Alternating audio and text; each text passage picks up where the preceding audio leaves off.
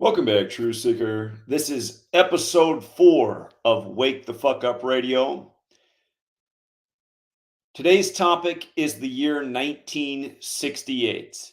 And if you're not aware, 1968 is probably the most relevant year in terms of everything happening in the world in the 21st century up to this very day as we do this broadcast.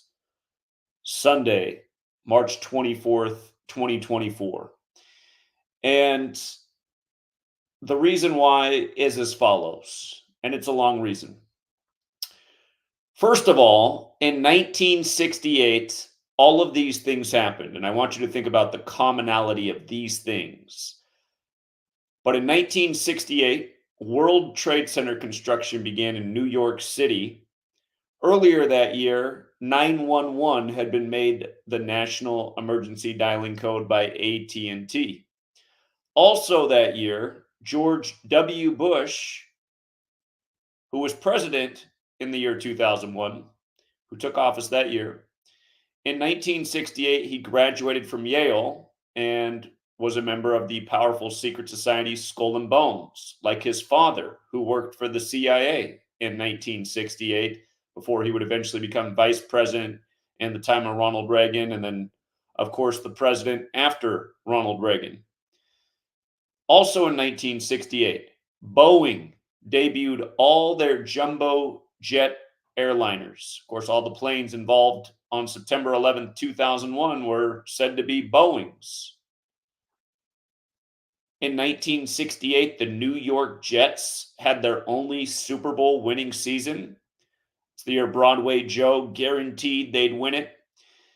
And again, that might seem arbitrary until you start to think about how after 9/11, there was the Patriot Act, and then the Patriots became the greatest football team in history only after the New York Jet Mo Lewis sacked Drew Bledsoe, essentially ending his career with the Patriots because then Tom Brady the Great took over.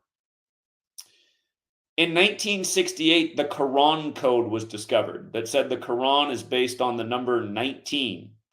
And on 9/11, they did report that there were 19 hijackers. And they said the lead hijacker was Muhammad Atta, born in 1968. Also in 1968, outside of that group, the film 2001, A Space Odyssey released. Stanley Kubrick, who died 666 days before 2001 began, strangely enough.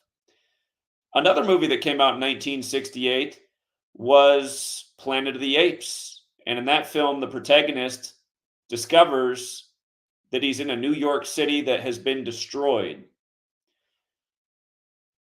So just think about that group of events, just right there, all in the same year, 1968, 33 years before 2001, and ask yourself, what are the odds? Other big events in 1968. MLK was assassinated. And again, Martin Luther King Jr., who assumed the name Martin Luther after the Protestant Reformation leader who wrote the 95 Theses.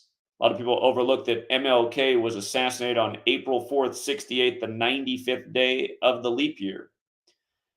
Of course, RFK was also assassinated in 1968. Big assassinations that year. Other noteworthy events in 1968 in light of things happening today. Fentanyl was approved by the FDA. Fentanyl approved by the FDA in 1968, and coronavirus was coined.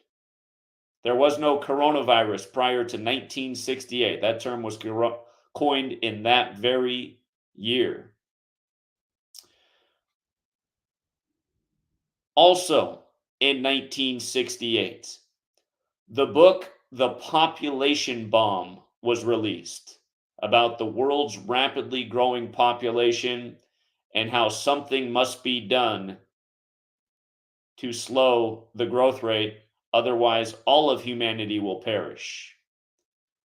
Isn't it interesting that that was in 1968? Because you think about what the biggest killers are in the 21st century.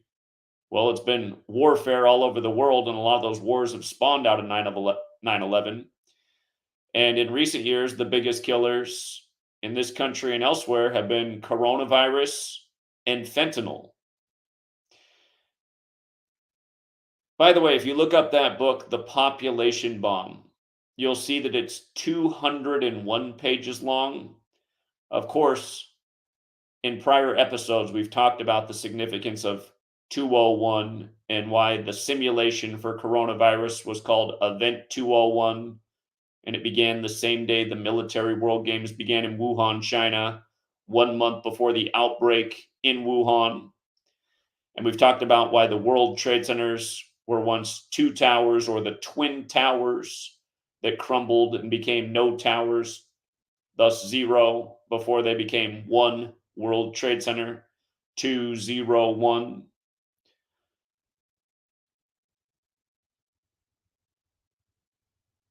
With regards to the year 68, coming back to this point about 1968, one should ask, why would all of these things happen in 68? Is it just that it was 33 years before 2001, the start of the 21st century, or is there more to it? Of course, 33, as we've also discussed in prior episodes, is a very important to Freemasonry. Again, the highest degree of the Scottish Rite is 33, and the Masons historically are builders.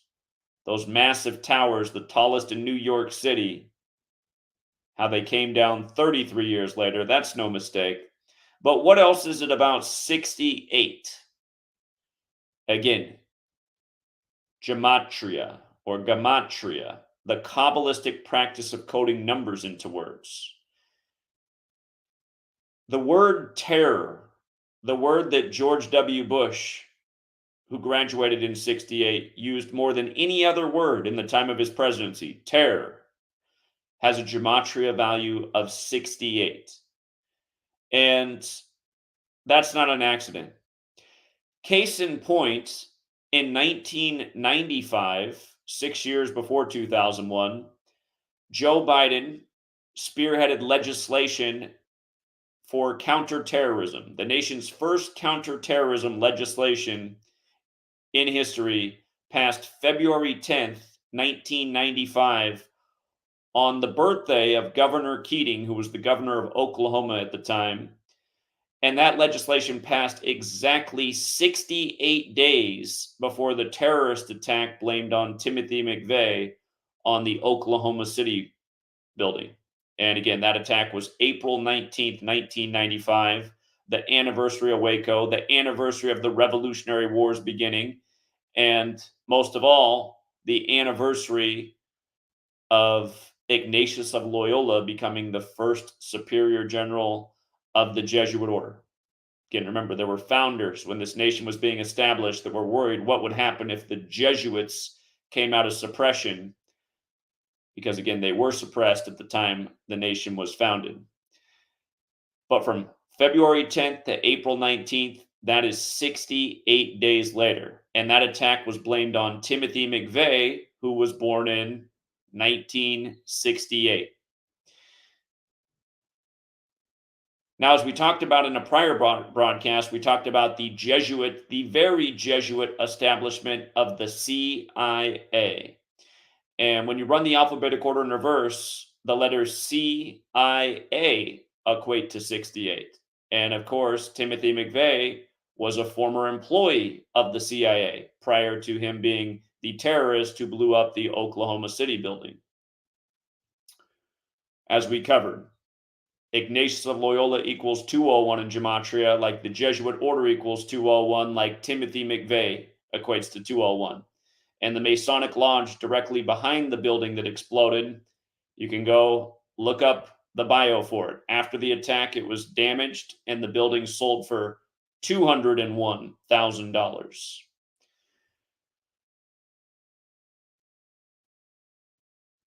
So again, 68, Oklahoma City, Timothy McVeigh put to death June 11th, 2001, 3 months before 9/11, the attack that took down the Twin Towers plus Building 7, the third building to fall that day. Remember, buildings 1, 2, and 7 fell, and they called it the new Pearl Harbor, like Pearl Harbor happened December 7th, 1, 2, 7. The other parallel with Oklahoma City and 9/11 in 1968 is that it was AT&T, the phone company, that made 911 the national emergency dialing code. And if you look up, you'll see in history the first 911 call was made February 16th, 1968. The Oklahoma City bombing sits beneath the AT&T tower in Oklahoma City, and the AT&T building was established in 1927. That means it turned 68 years old the year of the attack, supposedly carried out by Timothy McVeigh in a fertilizer truck. And if you're not aware of this, look into this. The governor of Oklahoma at the time, Governor Keating, his brother has a book called The Final Jihad.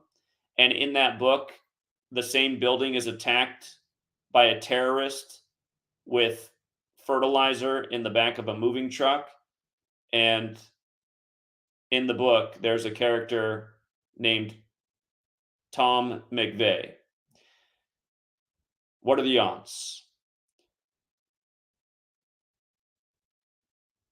Anyhow, 1968, AT&T, CIA having the gematria of 68. If you go back, don't quote me on this. It was around. I know it was around the time I had bought my first house, which was in the end of 2011. So I want to say this is around 2012, maybe 2013. There were breaking headlines around that time that it had been dug up that AT&T had been collecting and holding on to all of its customers' phone call records since at least the year 1984, the famous Orwellian year. And again, just think about it. AT&T gives us the code by the numbers.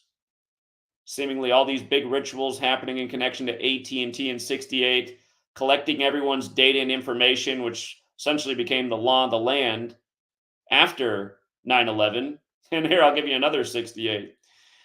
You might recall in 2008, before Barack Obama, for the record, Barack Obama in gematria equals 68. And just think about that in light of Martin Luther King Jr. getting killed in 68.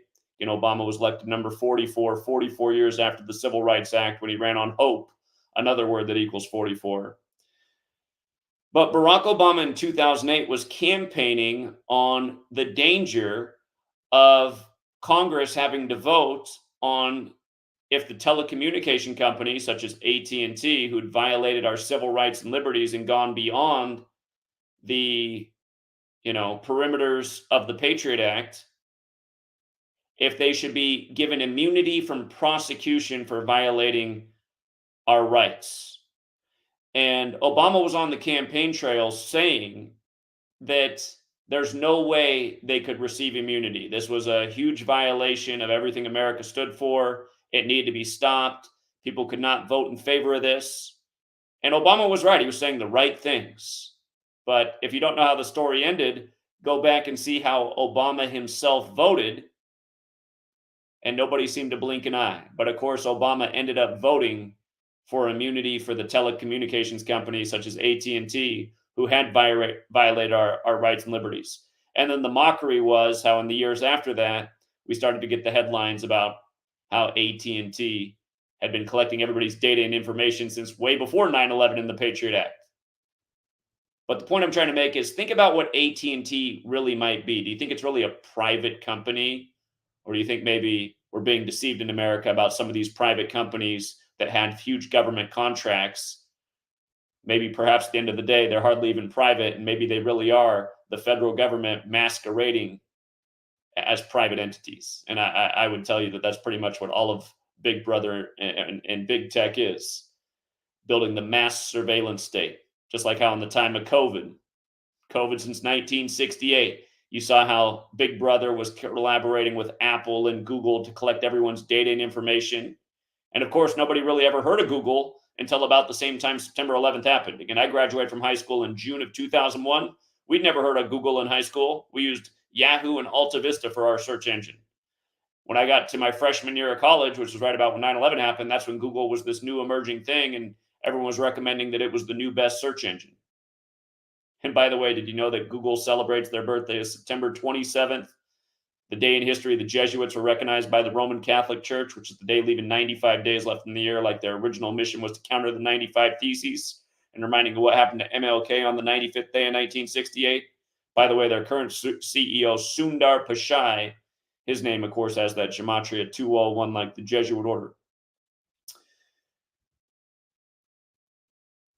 As for AT&T, coming back to that point in 68, recall very recently we had the story in February where the media immediately paralleled it to Barack Obama's film that he produced at the end of 2023, Leave the World Behind, where it begins with people's cell phones going out, and then the power's out, and then chaos is breaking out in the world.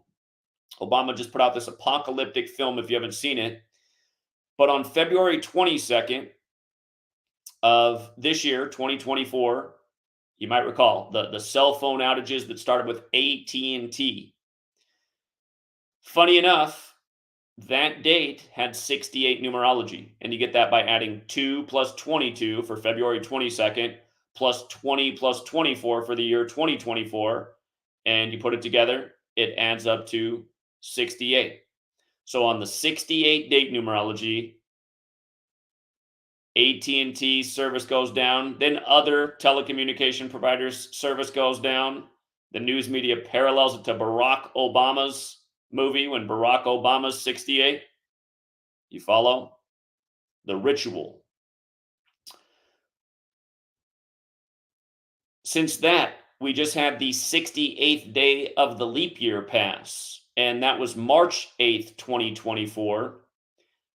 Some interesting headlines from that day. In Oregon, for the record, March 8th is National Oregon Day, and that makes sense because Oregon has Gematria of 38. So does fentanyl, so does death, so does murder, so does killing, so does RIP, so does Prince, so does Chanhassen, so does Minnesota. Remember Prince supposedly OD'd from fentanyl, and then George Floyd got killed on the corner of 38th Street. Just yesterday, the Blues had a big upset over Minnesota, picking up their 38th win of the season. Again, this knowledge applies to so many things, you guys. It'll blow your mind once you learn it. But March 8th is the 68th day of the year. And again, fentanyl was approved by the FDA in 68. In Oregon, where they had recently pretty much legalized fentanyl, the governor, Christine Kotek, she spoke out on March 8th, and she said they have to reverse the policy because too many people have died in Oregon from fentanyl overdoses. And the thing is, they can reduce or reverse the policy, but a lot of the damage is already done, and this drug is everywhere right now, and it's highly addictive. And again, they've already just tipped over the dominoes that are going to continue to fall for a long time in Oregon, the Pacific Northwest, and really all over the world. That's going to take a lot of innocent people's lives. And, my sweet lady where she works, one of her coworkers, it was her husband's birthday recently, and somebody gave him a little something at the party, and he didn't even realize that he was taking fentanyl, and he overdosed at his birthday. Again, stories like this all over the place. But funny enough about the governor doing this on the 68th day of the year, her name is Christine Kotek. And in Gematria, Christine Kotek equates to 68. And again, you start to look into the rituals going on in your neck of the woods. I'm up here in the Pacific Northwest, born in Portland, living in Washington State these days. You'll see these puppet politicians that are installed, that are selected, that you're made to choose between. You'll see how their names line up with rituals again and again. Today, we're focusing on 68 and recent happenings. But again, it's no accident that Christine Kotek is reversing the policy on fentanyl on the 68th day of the year when it was approved in 68. Also, that same day, March 8th, John Barnett, former Boeing employee who had just testified against Boeing, supposedly kills himself. And again, March 8th, the 68th day of the year. If you look into Boeing, you'll see that its founder went to Yale and was a member of Skull and Bones, just like George W. Bush. And remember, Bush got out of college in 68. Of course, the Boeing founders got out long before that, but it was 1968 that Boeing debuted their jumbo jetliners. And, never before had Boeing planes been able to fly at such high speeds at low altitudes without disintegrating before September 11th, 2001.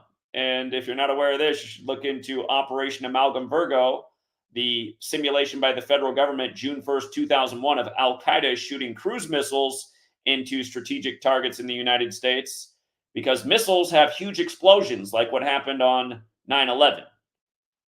Big Boeing jumbo jetliners flying at the speeds they were reportedly flying at low altitudes would disintegrate into fire in the air. So, again, 9/11, if it's not a giant lie, then I guess it's proof that Islam is totally true, because everything that happened that day were incredible miracles, including the only 3 steel frame buildings in history to ever collapse from fire.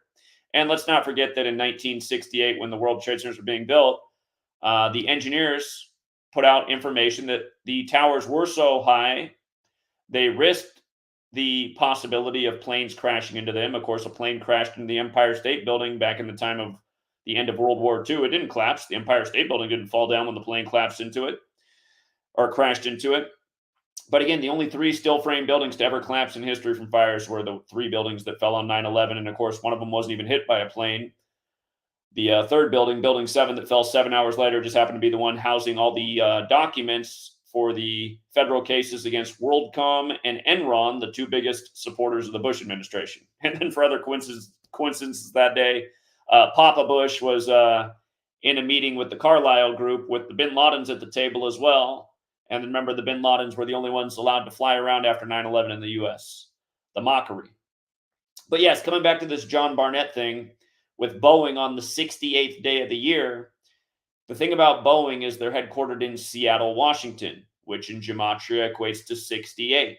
And remember, Seattle was the first case of COVID in the world outside of mainland China. Of course, that was in Bill Gates' backyard, who was one of the main co-sponsors of Event 201, who at the time was still married to Melinda, who comes from a family of Jesuit priests. And of course, Melinda's birthday was August 15th, which is the day the Jesuits were established in history in Paris, France, and it goes with their middle name being Melinda French Gates. But anyhow, Seattle, Washington has that gematria of 68. And if you're not aware, coming back to the World Trade Centers and their construction beginning in 68, one of the main engineering firms working on that construction was Magnuson Klemenkic Associates out of Seattle, Washington. And the World Trade Centers were also designed by a Seattle citizen, a Japanese American citizen, which is curious because, again, they called 9/11 the new Pearl Harbor, and Pearl Harbor was blamed on Japan and kamikaze pilots who fearlessly flew their craft into targets.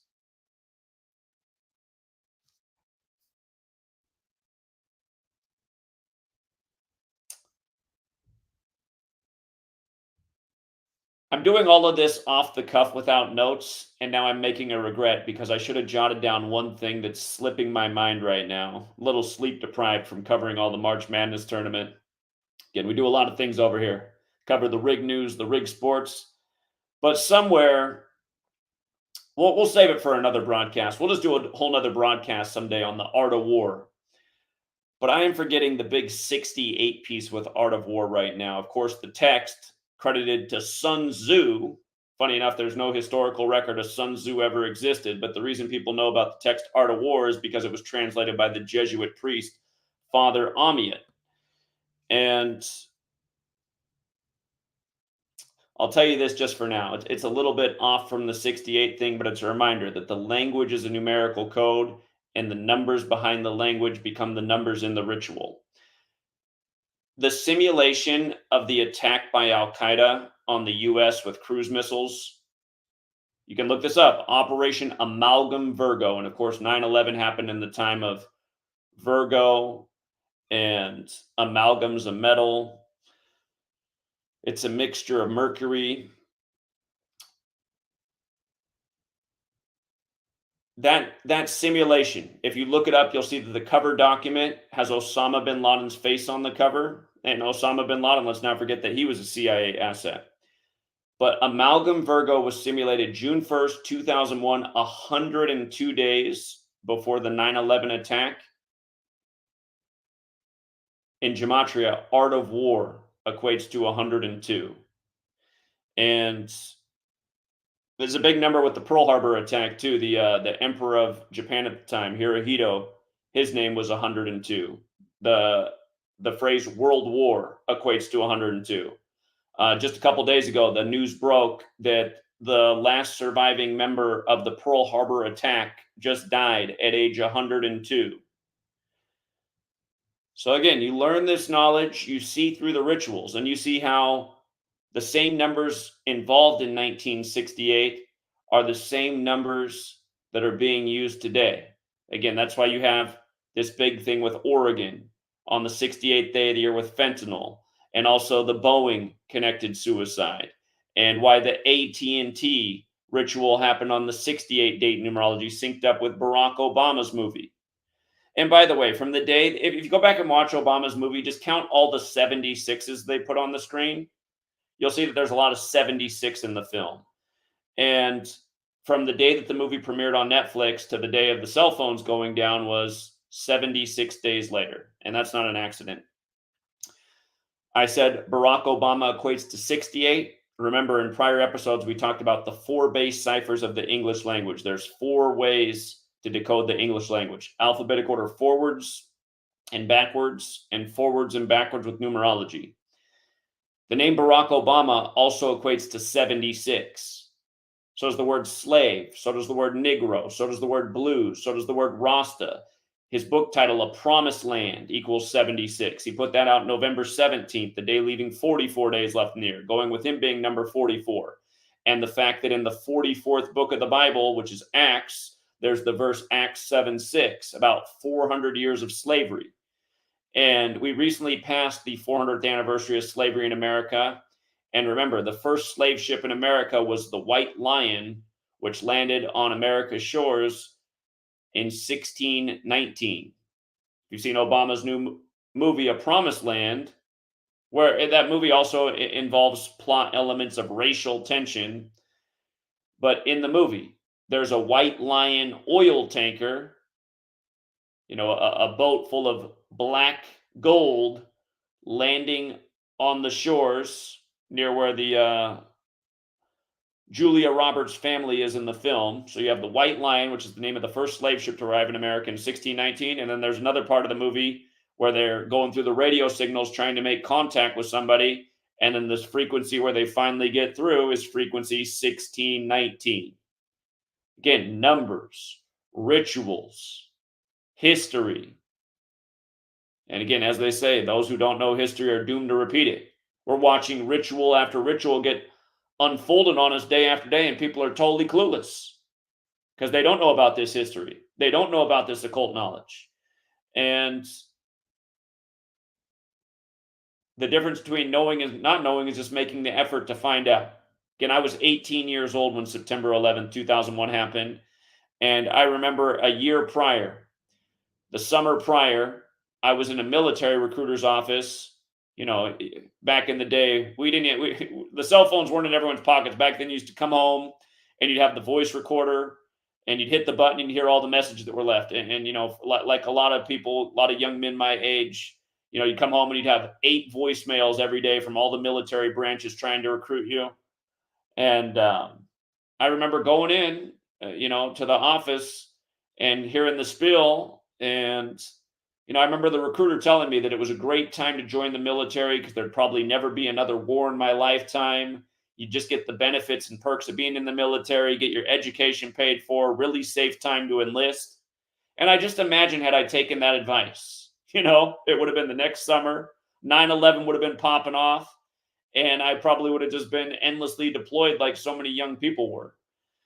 But yeah, 9/11, it just never sat right with me. I said, a national emergency on 911, and they're saying a man in a cave did it. And I mean, the towers look like a perfect demolition. And I kept asking myself, how are those buildings turning to dust as they collapse to the ground? How, like, what energy is making that happen? I mean, doesn't it, isn't anybody looking at that and asking, how is the buildings turning to dust as they fall? Okay, I can understand they got hit by planes. They're sitting there burning, but man, that they're like literally disintegrating into dust. And just think about how the huge dust clouds that were the World Trade Centers just went all over New York City. And then all these people got really sick afterwards. And a lot of people overlook the terminology that they use to label the site ground zero. By the way, ground zero equals 127, like buildings 1, 2, and 7 fell. And they called it the new Pearl Harbor, which happened on December 7th, 127. But ground zero is terminology that came out of the Manhattan Project, like the World Trade Centers were in Manhattan. And the definition for ground zero prior to 9/11 was the point above or below ground where nuclear, atomic, or hydrogen bombs explode. And funny enough, in gematria, nuclear energy and nuclear weapon both equate to 68. They both equate to 68. And the kicker is, go back to when Bill Clinton took office. Bill Clinton took office, and then shortly after, the 93 World Trade Center bombing happened. And if you go back and read, you'll see that they say the terrorists planted the charges the wrong direction. So they blew down into the ground instead of upwards like they were meant to. And there were plenty of articles written that had they blown upwards, the World Trade Centers probably would have collapsed. Talk about predictive programming. But because the charges were downwards and made these massive craters under the World Trade Centers, they spent the better part of the next year working under the World Trade Centers, repairing the damage. At least that's what we were told. Now, what else happened at that exact same time period is Bill Clinton ended the nearly 50 years of underground's nuclear weapon testing, which included hydrogen bombs and atomic bombs. But from the time of their development up through the time of the 93 World Trade Center bombing, we spent nearly 50 years blowing up. And you got to ask yourself, well, like, what were they practicing for? Why did they keep detonating bombs underground? What were they trying to figure out? My theory, and I suppose this is a conspiracy theory, is that once they got it just right and they'd made this mini nuke or whatever it was just right for the job, that's what got installed in 93. By the way, the phrase atomic bomb equals 93. And if you want to look, the last pilot to drop the bomb on Hiroshima and Nagasaki, he died at age 93. By the way, Japan also equals 93. And so does Blind Sheik. They blame the 90. They said the mastermind of the 93 attack was the Blind Sheik. Go figure, it was a blind guy. I guess that's why the charges were upside down. But what day did we destroy Hiroshima? Wasn't that on the date the 6th day of the 8th month? Kind of like 6/8, like how nuclear energy equals 68, like how nuclear bomb equals 68. Again, Japanese, American designs the World Trade Centers. Kamikaze pilots crash in. They're turned to dust. There's no building left after they come down. I mean, where did it go? 110 stories of building is just like pretty much gone. It all collapses down into the ground in its footprint. There's just nothing left there. It's amazing that all these things happen and hardly anyone asked any questions. But again, I was 18 and I always asked questions. And one of the first things I started to figure out was all these things that went down in 1968. I said, well, that doesn't seem like a coincidence. So anyway, 68. It was the year of years. And here's the final piece about 68. Again, as we've talked about, in the 16th century, the Jesuits were created to stop the Protestant Reformation. And that rebellion against the Catholic Church is what brought about this country. And that's why one of the foundational concepts was the separation of church and state, because the government of Europe was the church, and the founders didn't want to live under a theocracy. So in the 16th century, the Jesuits are created, and by the end of the 16th century, the Jesuits have given us the Gregorian calendar, which is what we're now on. And at the end of the 16th century, at that same time period, the English language was standardized with the 26-letter alphabet we use today. If you go back and look, you'll see that the Gregorian calendar was implemented on February 24th, which was the 337th day of the Jesuit priest who designed the calendar's age. Now, 337 is the 68th prime number. And in Gematria, Catholicism equals 68. Solar system equals 68. And the Catholic Church began as a sun cult. And in the 16th century, the heliocentric model was also agreed to and established. The word helios equates to 68. That's the Greek name for the sun. The word mathematics also equates to 68.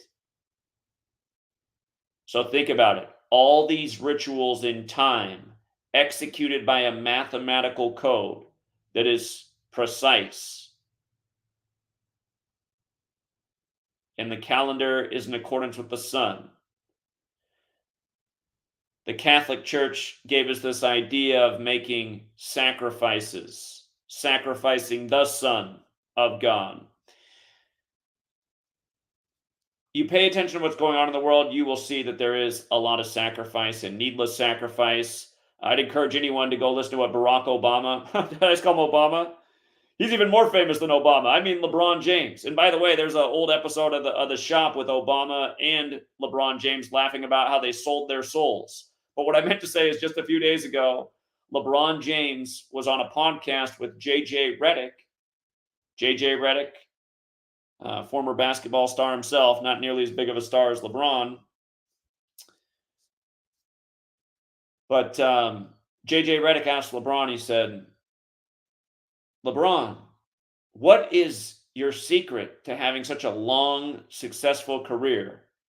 And LeBron point blank says, you got to sacrifice a lot of loved ones. And then he doubles down and repeats the exact same words as JJ Redick has like this shocked laugh. And the thing is, you guys, we've been explaining for years how many sacrifices have been connected to LeBron. Lorenzen Wright and a million more. James Hardy, RIP. But the funny thing about where I'm going with this is, March Madness is going on right now. Remember when they first used that term, March Madness? That was in '85. And what was the outcome of that tournament? It was the Catholic school Villanova beating the Jesuit school Georgetown.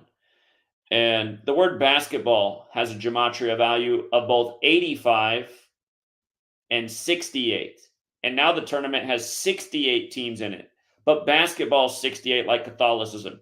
You start to pay attention to the world of sports, especially basketball. You'll see there's a way disproportionate amount of players who went to either Catholic or Jesuit high schools or Catholic or Jesuit colleges, and that includes LeBron James. And again, ultimately, this 68 number is representative of the cabal, which is the church, which the founders of this nation, at least some of them, were trying to get away from.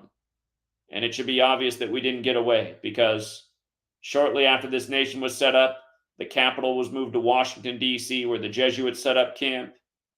And the next thing you know, Inauguration Day is moved to January 20th, the 201st day of the nation's age, 20/1. Remember, heliocentrism, the model that says the sun is at the center of it all, equals 201, whereas Helios alone equals 68.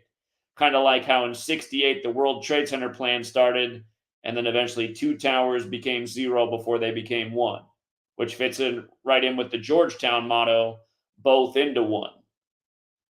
And again, the way to interpret that agenda is, there might be all these competing ideas in the world, But at the end of the day, the Catholic Church wants there to be one idea, one rulership, where they're in total control. And they largely have that. A lot of people are just totally sleeping on, the influence of the Catholic Church and the Jesuits in the world. They have the largest private chain of hospitals in the world, schools in the world. The education model is pretty much designed after how the Catholic Church implemented it at the Vatican. Oldest remaining college in the world is the Catholic Churches, and then the next one is Oxford, and the United Kingdom's not any different. It's very much part of this international Catholic system. So yeah, it's no lie when they say all roads lead to Rome. And with regards to the Catholic Church, the story is that after the Crusades, the Templars brought back all this knowledge from the parts of the world they conquered, and they hoarded the knowledge, and they took it in, and my guess is they experimented to see if there was real power in it. Again, this whole practice of coding numbers into words comes from Kabbalah. And in Kabbalah's Book of Formation, it's stated that God created the world with numbers, letters, and words. And in case you're sharing this information with people and they start to say things like, well, this text is only so old, and so how do we know that this information is not? Again, if you study Kabbalah, you'll find out that again, it goes all the way back to Babylon and Sumer. But for the longest time, nothing was written down. Things were only passed along through oral tradition to protect the information.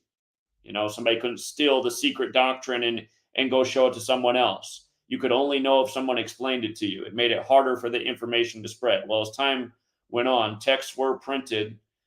And again, you look at the timeline, you look at the history, you put two and two together. It's hard to deny what's going on. And you just pay attention to this 68 pattern if you're new to this information from this day going forward, and there'll be no mistake about it. Again, I'm just sharing with you a few 68 examples that tie in with something we've been talking about pretty much every day since 2013. And there's a million more examples you could dig into. The 68 pattern's a massive one. So I think that's it for now. We'll leave it there. But again, 1968, the year of years. Go back and even look more into that year. There were so many amazing rituals that year. Here, I'll tell you one more. From MLK's assassination in 68 to this nation's first major gun control legislation was 201 days later. And that's noteworthy because from the pinning of the 95 Theses by Martin Luther, and by the way, Martin Luther pinned the 95 Theses on Castle Church. In Gematria, Castle Church equals 68. But from the pinning of the 95 Theses to the formation of the Jesuit order was 201 months later. Again, MLK killed on the 95th day of the year. The Jesuits' original mission accounted the 95 Theses. From that way back when to this ritual in 1968. And by the way, if you don't know this, the assassination of MLK came 3 days before the establishment of the Club of Rome, in light of all roads leading to Rome. You might have noticed this year, MLK, if he were alive, would have turned 95 years old. 1 week after his birthday, his son died. And his supposed killer, when he died, it was 95 days from MLK Day in the year he passed.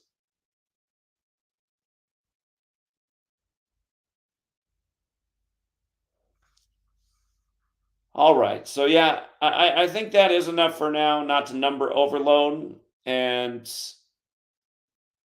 again, if you are new here, one thing to know about this relatively new podcast is we might have to change the name because I've been trying to figure out a way to get this show on iTunes and iHeartRadio and one other one that's escaping my mind right now. Oh, Google Podcasts. And all three of those platforms are rejecting the podcast, but they won't state why. I'm guessing it's because the name of the show is Wake the Fuck Up Radio. So we might be changing to something like News by the Numbers, or maybe even just Number Games, since that is the title of my last book. But yeah, thank you again to everyone who finds this work and spreads it and shares it with their friends and family. Again, the way the world is going to wake up is by sharing information and having the courage to confront difficult topics. So, also, before we sign off, I want to send a thank you to Martin Rosario, who chipped in with a donation during the show. They sent $20, much appreciated. They said they turned $10 into $330. What a number. Thanks to your decodes. They said they followed my advice and picked the 2 to 3 best teams with the strongest narratives. And again, what we do every day is not only take apart the news and expose the rig selections, but we take apart sports every day, you guys, because no doubt the sports leagues are completely rigged and scripted, and you can see right through them with this knowledge. And anyhow, congrats to Martin. Again, knowledge is power, and this subject, it is like no other. Again, you can take advantage of the rigged market. By the way, guys, the rigged market, the word market in Gematria equals 68. The word stock equals 68. You look at some of the worst days and some of the best days in the history of the stock market, you'll find out they were the 68th day of the year, the day leaving 68 days left in the year, a date with 68 numerology. We just passed the 68th day of the year on March 8th. Notice the market moved 68 points that day, the Dow Jones. And these things aren't an accident. This 68 number is paramount. And again, you learn it, you apply it, you start to see just how rigged the game is. Also, a shout out to Truth Does Not Exist, who donated $2 during the show. They said, just change the name to Wake the F Up Radio. Yeah, I could do that. That would be a lot closer. That's a thought. So we'll get it figured out. And shout out to Sarah Sutherland, longtime supporter of the program, who also chipped in 10. So yeah, we will leave it right there. And Truth Does Not Exist sends in another donation, says, my friend is loving this podcast. She appreciates it. Well, I'm glad to hear that too. Glad to hear you got a new lady friend. All right, guys, we will leave it there. Again, thank you one more time to everybody who supports the work and who helps get out the knowledge. And if you're not familiar and you just found this podcast, I've been on YouTube getting censored and deleted, and I'm on channel number 25. That's how many times they've deleted me on YouTube since 2013. But I broadcast on the channel GematriaEffectNews 25. You can find me at Free to Find Truth on Twitter. And part of my problem is I use so many different handles, but that's because we've had to shift the name over the years to see if it'll help with the censorship. And Zachary K. Hubbard on Facebook. So we'll leave it there for now. Have a great rest of your day. Till next time.